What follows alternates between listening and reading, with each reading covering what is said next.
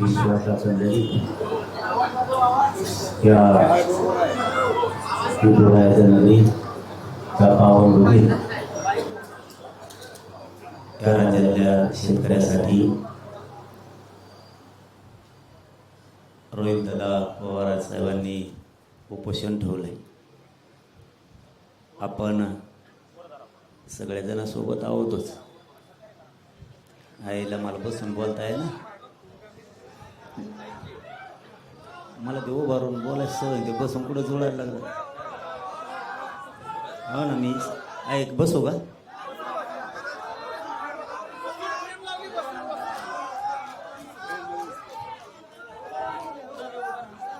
जाऊन दे उभारून.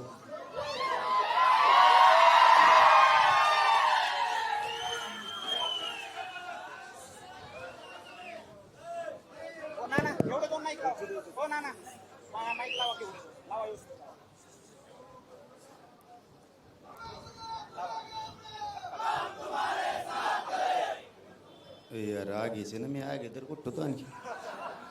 यार किती कोचे तर तुम्ही.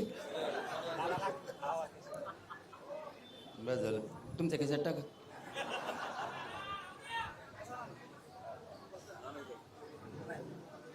या देशातल्या या राज्यातल्या बळीराजासाठी आपल्या पांडुरंगाच्या नगरीत संघर्ष सुरू आहे. नक्की शेतकऱ्याला न्याय तर मिळालाच पाहिजे. न्याय मिळण्यासाठी सगळा शेतकरी राज्यातला सगळा एकवटला, एकवटणार सुद्धा आहे. त्यात काही दुमत असण्याचं कारणच नाही आहे. कारण शेतकरी वाचला तर आपण सगळे वाचणार आहेत. शेतकरीच वाचला नाही तर राज्य आणि देश चालवायचा कसा? चांगल्या प्रतिसाद सुद्धा चांगला आंदोलनाला प्रचंड आहे. फक्त थोडा घोळ आहे.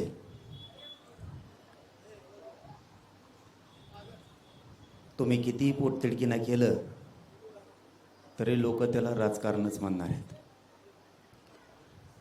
तुम्ही आमच्या पार्टीत या.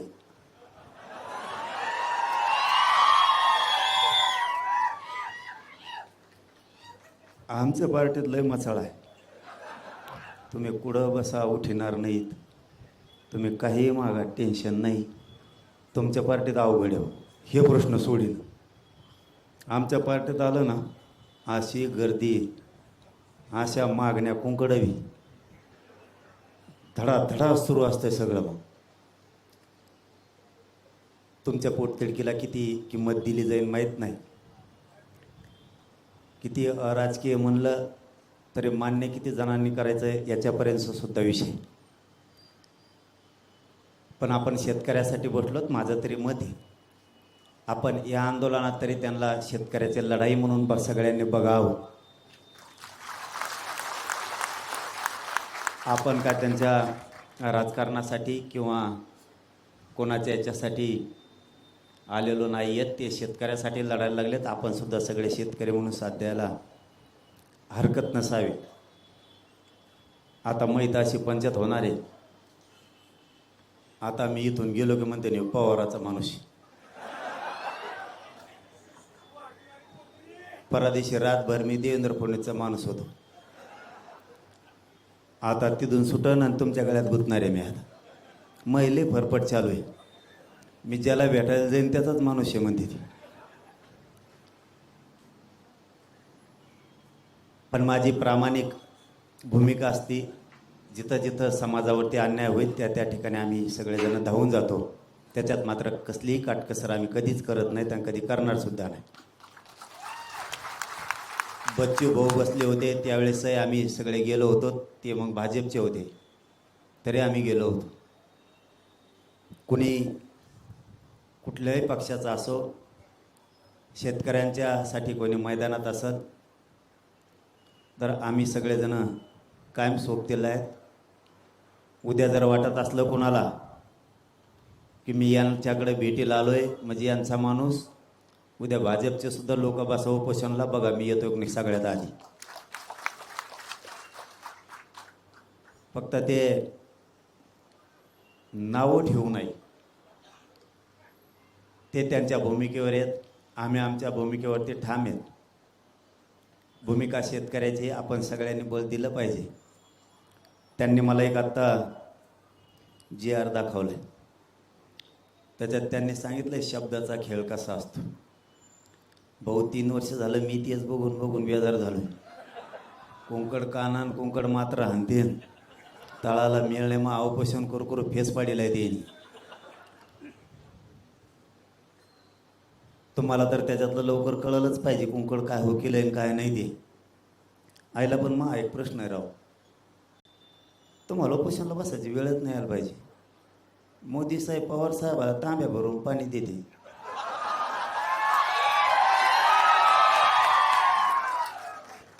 ते कोणत्या तरी टेबलवर आहे ना गिल्लास भरून पाणी दिलेलं. आणि मग मोदी साहेब जर एवढा जीवला तर तुम्ही उपोषणाला बसून कमून हाडकं मोडून घ्यायला लागले उगाच. पवार साहेबाला सांगा एक फोन फिरावं म्हणा तिकडं, काय जे कशाला ताण घ्यायचा उगाच, शेतकऱ्याचं तरी कल्याण होईल. त्यांचं तर चांगलं आहेच ना, तुमच्यावरती तरी कशाला ही उपोषणाची वेळ यायला पाहिजे. आणि माझं एक दुसरंही प्रामाणिक मत आहे, जर सरकार तुम्हाला बोलवत असलं तर तुम्ही चर्चा करून मार्ग काढावा. माझं प्रामाणिक मत सांगितलं मी तुम्हाला. नाही ऐकल्यावर बघू. सध्या जर मी चॅनलला पण बघितलं ते भरणे मामा म्हणलेत असं करूयात तसं करूयात, मला वाटतं विश्वास ठेवावा एकदा. आम्ही ठेवला होता. आयला तसं नाही रे, तुम्ही हसू नका रे, पोट्टे असे आहेत ना, मग तसा विश्वास नाही रे. एकदा त्यांची पहिली सुरुवात आहे, मग जर म्हणत असले तर एवढे बार जाऊन द्या ना, काय त्याला. तर भरणे मामा भरणे मामावर विश्वास ठेवा एकदा. आता आणखीन माझे साहेब येणार आहेत म्हणले, आता एकदा जाऊ द्या, ठेवा विश्वास. काय आमचं बरं चाललं हो, पण सध्या आमच्या आत्ताशिक मागण्या 3 वर्षात मान्य केल्या, म्हणून मी आत्ताशिक त्यांना बरं म्हणायला लागलो. तरी त्यांना दाखवता आज जोडी तुक्का करून इकडे गेलं. कारण आता सध्या GR काढणं चालू आहे शिक्षणाचे, मराठा आणि कुणबीचं मंत्रालयाचं काढणं चालू आहे. आता चांगलं काम करतात म्हणल्यावर चांगलं म्हणायचे मला सवय नसतं, नंतर लयत असतो मी घोडे. त्यामुळं खरंच सध्या काम करतात, त्याच्यामुळे मी काय सध्या बोला ना हवा त्यांना. परत तुम्ही म्हणता फुटला काय चाललंय. सध्या आपले विखे पाटील साहेब काम करतायत, ते GR काढायलेत. आमच्यामध्ये वरगड्याला लाडभाऊ आलेत, प्रसाद लाड साहेब. त्याने आधी मला चांगले घोडे लावले, मी बी त्यांना रेटून लावले होते तेवढे. आता आम्ही पक्के मित्र झालो ह्या निमित्ताने. कमीत कमी आता विखे पाटील साहेब आणि प्रसाद लाड साहेब चांगलं काम करायला लागलेत. म्हणजे आमच्याबद्दल बोलतो बरं का, तुमच्याबद्दल नाही. आमचं चांगलं चाललंय, GR काढणं सुरू झालंय. त्यामुळे आम्ही शाबासकी पण दिले. तितक्या मोठ्या मनाचे संस्कार आमच्यावरती आमच्या समाजानं केले सुद्धा. आणि राहिलेले कामं ते 22 तारखेपर्यंत करतोयत म्हणलेत. मग मला विश्वास थोडा पडला त्यांचा, म्हणून तुम्हाला बी ठेवा म्हणलो आल्या सरशी मी. म्हणजे आता आऊत हाणायला उभा राहिलो तर सगळंच आऊत हाणायला लागलो आपण.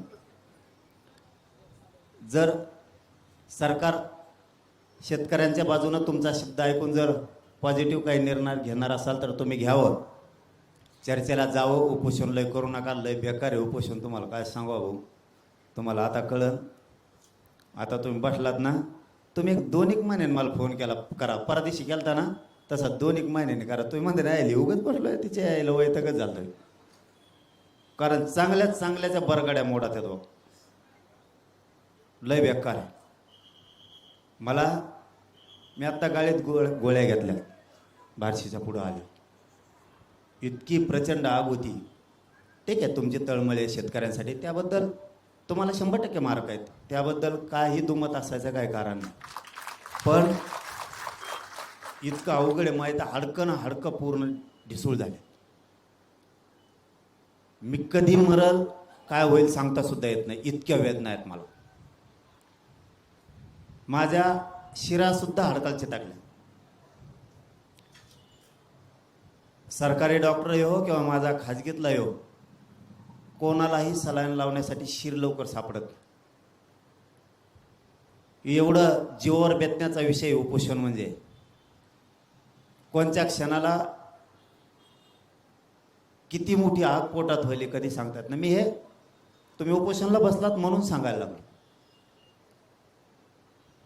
ना. समाजाला आपल्या चेहऱ्याकडे बघू वाटतं त्यावेळेस ना, आपल्या जीवनात आपल्या जीवाचे काय हाल चालू आहे तर काय घालमेले,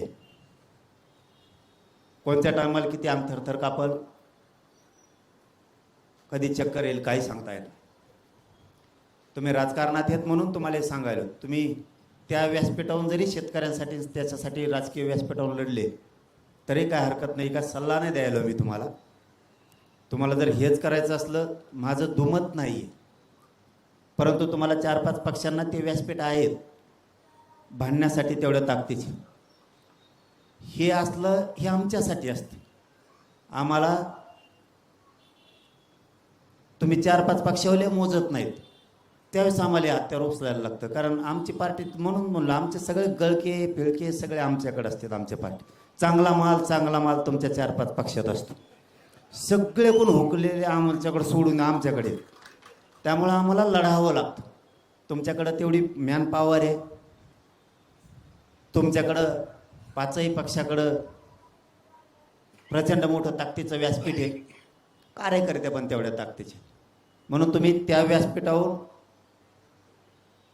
विधान भवनातली लढाई केली, सर्वोच्च सभागृहातली लढाई केली, विधान परिषदेची लढाई केली, तरी तुम्ही जिंकू शकता. कारण लढायला लोक कमी आहेत, मला सांगण्याचा अर्थ हे होईल. तुमच्याकडं मोठं व्यासपीठ आहे, लढायला एकदा जर शरीर गेलं ना. काल मला वाटतं राजेंद्र मामा रडले. एकदा शरीर गेलं उपोषणात की गेलं. पुन्हा डॉक्टर काय करीत नाही आणि डॉक्टराला मेळ लागत नाही, ते तिसरंच कागदावर लिहून आणते. मेळ सुद्धा लागत नाही. माझी एका डॉक्टरकडं मग शुगर कमी आणि एकाकडे जास्त असे डॉक्टर होते. मग हे डॉक्टरला फजिती केली. तुमची केली नाही वाटतं आणखी, डॉक्टरांनी तुमची फजिती केली नाही वाटतं आणखी. आता सुरू होईल. लई केली ती. तोंड वाचले की हात वर कर, हात वर केलं मानच खाली कर, टांगड्याचं वर कर, यायचं तपासणं. ते एकदा जर तरायला लागले ना, इतकं भयान काम होत आहे. मग ते अशा सोया टोचित येत, इतकं लांब जनावराच्या सोया आणल्यावर आणतात. तुमच्यासाठी चांगले असतात समजा, तुम्ही आता याच्यात येत म्हणून. आम्हाला खटके नाही खुटके नाही, काच कोण टोचित येत. तुम्हाला मागं पुढं बघून असं ना, अगोदर तुमच्या बोटावरचं रक्त काढायचं म्हणल्यावर अगोदर उलशिक ते कापसान चुळीत असतील. आम्हाला गचकून धरती लगेच खापका आणतो दुसरा जाणारा मागचा आणल्यावर. तुम्हाला एवढा त्रास नाही व्हायचा. ती बेजारी आमची. म्हणून तुम्हाला म्हणलं, तुम्हाला जर शेतकऱ्याला न्याय द्यायचा असला, या राज्यातल्या जनतेला न्याय द्यायचा असला, तुम्ही फक्त एकदा आमच्या 2 वर्ष आमच्या पार्टीत या. किती काय न्याय आणि पब्लिक कितीक पण. आता इथं तुमच्या तळमळीला मला नाही वाटत किती शिरीष घेतील. तुम्ही किती तळमळ केली तरी त्याला राजकीयच म्हणणार आहेत. मला हेच वाटणार आहेत. आता इथून गेलं बघा कसं रपका चालू होतो याच्यावर. आता तेच सुरू होणार आहे. मी इथून गेलं की आम्हाला माहीत होतं पहिल्यापासून ते पवाराचाच हे. त्यांनी माझ्या पाठीमागच्या उपोषणाच्या टायमाला सुरुवातच उद्धव ठाकरे साहेबापासून केली.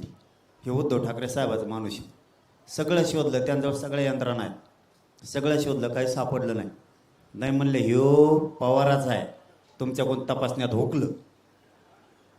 पुरं शोधलं, पवाराचा नाही म्हणले, एकनाथ शिंदेचा आहे. एकनाथ शिंदेकडं काही सापड नाही म्हणले. मला वाटतं बहुतेक बच्चू कडूचे तिकडं काही सापडलं नाही. आता ह्या 2 महिन्यात मध्ये ते देवेंद्र फडणवीसचा माणूस. इतके विचित्र आहे ती.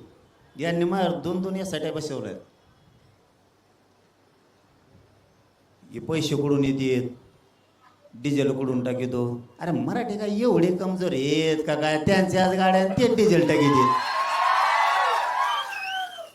मी फुकट बसवतो त्याच्यात, माझ्याजवळ काय घंट्या द्यायला आणि घ्यायला, माझ्याजवळ पैसे नाही आणि गाडीही नाही. कोणाची आली की टॅकलाच तिच्यात. आपल्याकडं काहीच नाही, शोधून शोधून SITचं डिझेल व्हायला गेलं, काहीच सापडलं नाही. माझ्या कोणत्या कंपन्यात बंद पडायला, ते म्हणले याला जेलात टाकू, म्हणलं टाक. माझ्या कोणत्या 50-50 कंपन्यात म्हणून बंद पडणार, मी जेलात बसून खाई. परंतु आताची परिस्थिती अशी आहे, आता सरकार मात्र आम्हाला पॉझिटिव्ह आहे, त्यामुळे आम्ही त्यांना चांगलं म्हणतो. नाही तुम्ही म्हणताना आला इथं सरकारला पॉझिटिव्ह म्हणतो, याचा अर्थ आमचं हिसळून द्यायच्या मागं दिसतोय. शेतकऱ्यांच्या प्रश्नासाठी जवळ तुम्ही येत तोवर आम्ही. आणि ताकदीचा विचार करू नका, फक्त आंदोलन शांततेत असावं. नसता उपोषण करायची गरज नाही. रूम न घेऊन आला काय?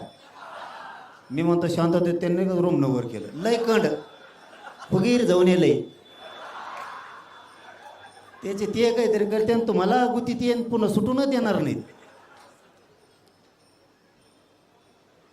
आपल्याला जर ही लढाई जिंकायची असली, आपल्याला जर शेतकऱ्याला न्याय मिळवून द्यायचा असला,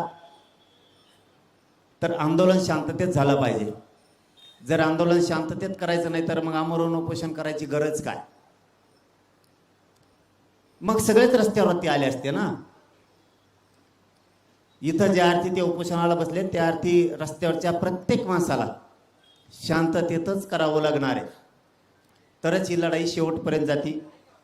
माझ्या उपोषणाचा, माझ्या आंदोलनाचा अनुभव तुम्हाला मी सांगितला आहे की तुम्ही जर सुरुवात शांततेने केली असेल तर शेवटपर्यंत शांततेने जर गेलं तर यशस्वी होतं. आणि सरकारला वाटत असतं प्रत्येक आंदोलन शांततेत कधीच होऊ नये, आंदोलन हे रस्त्यावरचं व्हावं. कोणचंही सरकार असू द्या, म्हणजे यांचं असलं तरी बी आणि त्यांचं असलं तरी बी. आता त्यांचं जरी असलं तरी यांचं येणारच आहे, किंवा यांचं असलं तर त्यांचं येणारच आहे. कवा हेच आहेत, आपण कवा कार्यकर्ते झेंडाच आहे आपल्या. आता टेन्शनच घेऊ नका तुम्ही, हे आले तरी ते येत आणि ते आले तरी हेच आहेत. फक्त जर तुम्ही शांततेत नाही केलं तर यांच्या पोटात जी तळमळ शेतकऱ्यांची विषयीची आहे तिला काही अर्थ राहत नाही.